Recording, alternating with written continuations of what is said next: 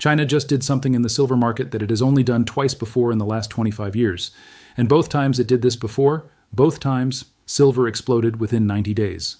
This week, China's State Administration of Foreign Exchange quietly updated its commodity reserve allocation data. Most people scrolled past it. It was published in Mandarin, buried in a quarterly filing that almost nobody in Western financial media monitors. But when I cross-referenced that number against the last two times China made this exact same move, the pattern that came out the other side stopped me cold. I'm going to show you exactly what China did, why they did it at this specific moment, and what happened to silver prices the last two times this pattern appeared. But more importantly, I'm going to show you something that American silver holders specifically need to understand, because this move is not just about China's reserves. It is a direct response to something the United States did 6 weeks ago. And the connection between those two events is what nobody is talking about. Stay with me through this entire video, because the number I'm going to show you at the 13-minute mark, China's actual silver exposure, when you include the categories they don't report publicly, is going to fundamentally change how you think about where this market is going. Let me give you some context that I think most American investors are missing. Because to understand what China just did, you need to understand what China has been building for the last decade. In 2013, China launched an initiative called the Belt and Road, a $1 trillion infrastructure program connecting Asia, Africa, the Middle East, and Europe through Chinese-financed roads, ports, railways, and power grids. On the surface, it looked like an infrastructure project. And it was. But it was also something else. It was a commodity pipeline. Every Belt and Road project required steel, copper, aluminum, and silver. Solar installations across Southeast Asia, 5G infrastructure across Africa, high-speed rail across Central Asia, all of it consuming silver at a scale that the global supply chain had never been asked to meet before. At the same time, China was executing a separate strategy in the financial system. It was internationalizing the yuan, building the Shanghai Gold Exchange into a legitimate alternative to London and New York, and quietly accumulating physical precious metals outside the visibility of Western reporting systems. By 2020, China had become simultaneously the world's largest silver producer, the world's largest silver consumer, and, based on estimates that cross-reference import data with industrial consumption figures, one of the world's largest holders of above-ground silver inventory. And yet official Chinese silver reserve figures show almost nothing. China reports its gold reserves with some regularity. Its silver holdings are essentially invisible in official statistics. That invisibility is not an accident, it is a strategy. And what just happened this week is the first crack in that invisibility in 3 years. Before I walk you through what China just did, let me lay out the verified public data so you can check every number I give you independently. China's industrial silver demand in 2024 came in at approximately 235 million ounces, according to the Silver Institute's annual supply and demand report. That is the highest figure ever recorded for a single country in a single year. It represents roughly 27% of total global silver demand. To put that in perspective, the entire United States consumed approximately 145 million ounces in the same year. China consumed 90 million more ounces than the entire U.S. economy in 2024 alone. The drivers are well documented. China installed more solar capacity in 2024 than the rest of the world combined. Each gigawatt of solar capacity requires approximately 50,000 ounces of silver. China added over 300 gigawatts in 2024.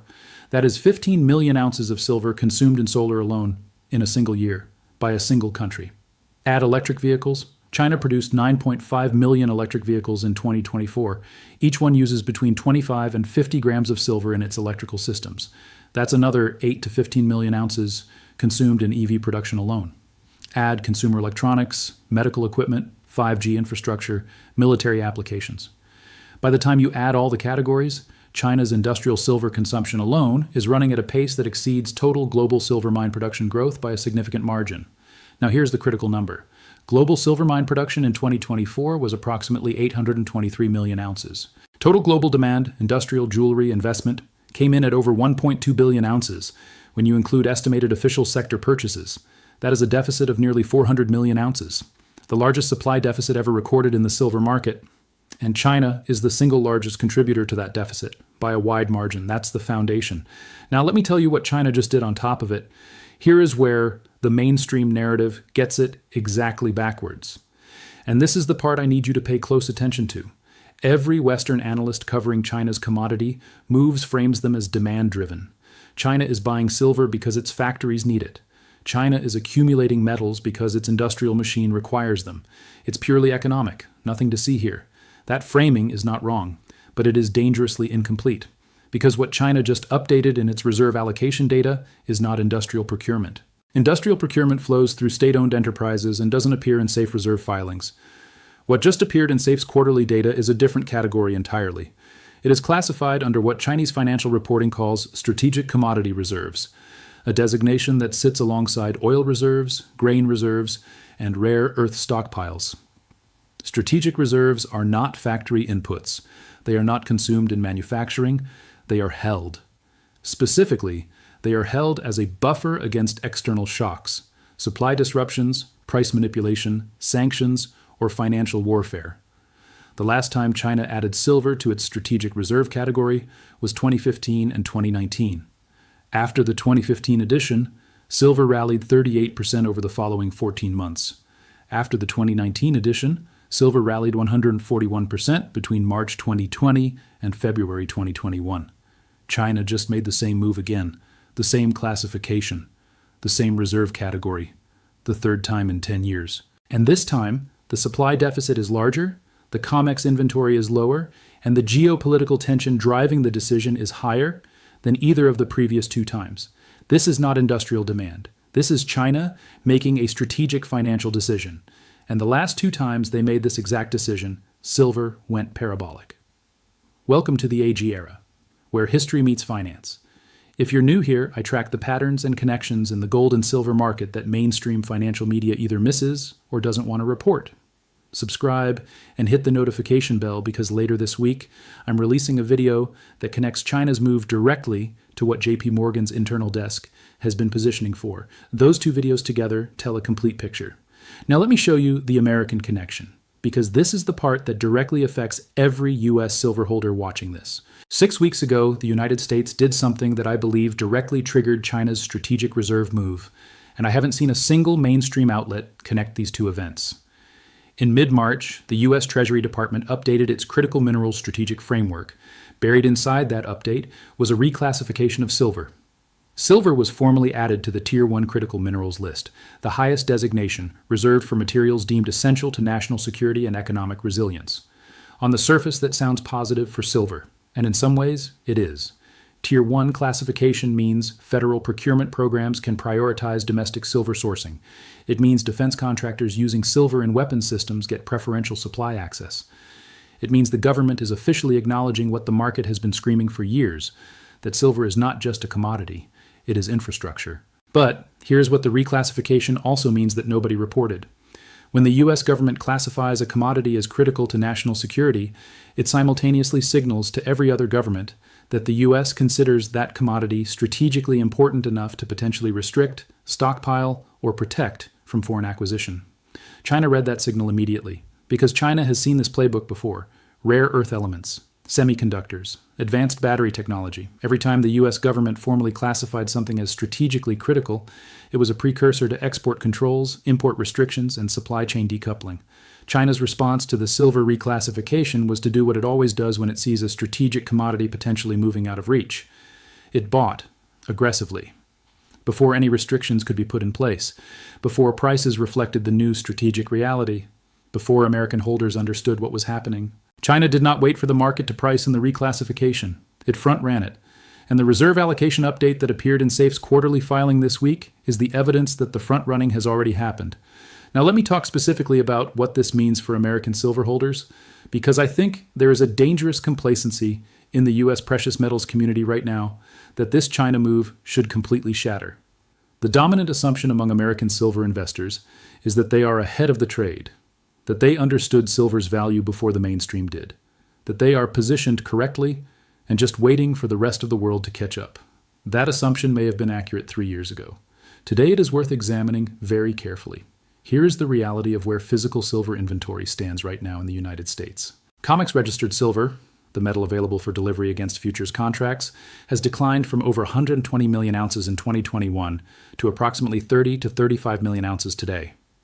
That is a 70% decline in 4 years. At the same time, the U.S. Mint has been running at reduced Silver Eagle production capacity for over 18 months. Premiums on retail silver products, Eagles, Maples, bars, have been running at 20 to 35% above spot price. That premium is not normal. In a healthy market, retail premiums run 3 to 8%. When premiums run above 20% for an extended period, it means one thing. The physical supply chain is under stress, and the paper price is no longer accurately reflecting the cost of acquiring real metal. Now add China's strategic reserve accumulation on top of that already stressed system. China is not buying paper silver. It is not buying futures contracts. It is buying physical metal and moving it inside Chinese borders, where it cannot be accessed, leased, or counted by Western exchanges. Every ounce that moves into Chinese strategic reserves is an ounce permanently removed from the pool of metal that could theoretically be used to satisfy COMEX delivery obligations. The pool is shrinking from both ends simultaneously. COMEX inventory declining from within. Chinese accumulation removing metal from the broader global pool from without. American silver holders sitting on physical metal are in a stronger position than they may realize. But American investors still holding paper silver, ETFs, futures, unallocated accounts, are sitting in an increasingly precarious position as the physical market tightens around them. And now I want to show you the number that changes everything, the one I mentioned at the beginning. China's official silver reserve figure, the number that appears in government statistics, is essentially zero. China does not report significant silver holdings in its official reserve data the way it reports gold. Most analysts look at that zero and conclude China is not a major silver holder beyond its industrial stockpiles. That conclusion is almost certainly wrong. And here is how I got to a different number. Start with import data. China's Customs Authority publishes monthly import and export figures for silver in metric tons. Cross-reference those figures against the Silver Institute's industrial consumption estimates for China. The difference between what China imports plus domestically mines, minus what its industrial base consumes, represents net accumulation. When you run that calculation across the last 10 years, the number that comes out is staggering. Based on publicly available import, production, and consumption data, China has accumulated somewhere between 2.5 billion and 4 billion ounces of silver over the last decade that is not accounted for in official reserve statistics and is not sitting in COMEX or LBMA vaults. Let me say that again. Between 2.5 and 4 billion ounces, held inside China, outside Western reporting systems, not showing up in any official reserve figure. Total global above-ground silver inventory, the metal that exists in refined form across all countries, all exchanges, all vaults, is estimated at approximately 3.5 billion ounces by the Silver Institute. If China is holding between 2.5 and 4 billion ounces privately, and the trade data strongly suggests it is, then China may already control the majority of above-ground refined silver on the planet, quietly, invisibly, over a decade of systematic accumulation. And this week they added more. When the entity that controls the majority of a commodity decides to add to its position, that is not a footnote. That is a market-moving event of the highest order. The fact that most American silver holders don't know it happened yet is the only reason the price hasn't already reflected it. Let me now give you 3 scenarios for how this plays out, because I want to be honest about the range of outcomes rather than presenting only the most dramatic one. Scenario 1, China's accumulation continues quietly and the repricing is gradual. In this scenario, China keeps building its strategic silver position over the next 12 to 24 months. COMEX inventory continues declining. The Shanghai premium over COMEX paper persists and slowly widens. Silver grinds higher in a staircase pattern, not a dramatic spike, but a relentless upward march as the physical supply available to Western markets shrinks quarter by quarter. In this scenario, silver reaches $150 to $200 within 18 to 24 months, a significant return from current levels, but not a violent repricing event. Scenario 2. The reclassification triggers policy escalation that accelerates the timeline. This is the scenario I think most analysts are underweighting. If the U.S. government follows its Tier 1 critical minerals reclassification with actual policy action, domestic stockpiling programs, restrictions on silver exports, preferential allocation to defense contractors, it creates a feedback loop. U.S. policy restricts supply. China accelerates accumulation in response. COMEX inventory declines faster. Retail premiums spike higher. The paper price disconnects from physical reality more rapidly. In this scenario, the repricing happens in months rather than years, and the move is larger and faster than gradual accumulation alone would produce. I want to be transparent here. I don't know if the U.S. government actually follows through with aggressive silver policy. Reclassification does not automatically mean restriction. Washington moves slowly on these things, and the political will to prioritize silver policy may not materialize quickly. But the reclassification itself, the formal acknowledgement that silver is strategically critical, changes the calculus for every major holder in the world, including China. Scenario 3, and this is the one I find most intellectually interesting, is that the repricing has already started and most people haven't noticed yet. Look at where silver is trading today versus 18 months ago. Look at the premium structure in retail markets. Look at COMEX inventory levels. Look at the Shanghai premium data. Every single metric that matters in the physical silver market has been moving in the same direction for over a year. Could I be wrong about the scale of China's hidden accumulation? Absolutely. The trade data methodology I described has limitations. China could be consuming more silver industrially than the estimates suggest. The numbers could be off by a significant margin. I'm not presenting this as a certainty. I'm presenting it as the most logical interpretation of the available public data.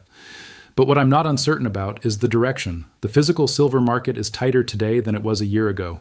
It was tighter a year ago than 2 years ago. China just added to its strategic reserves for the third time in 10 years. And both previous times it did this, silver exploded. Let me zoom out and connect this to the bigger picture. Because China's silver move this week doesn't exist in isolation. It is one piece of a much larger strategic picture that has been assembling for years. The United States and China are engaged in what historians will likely describe as the defining geopolitical competition of the 21st century.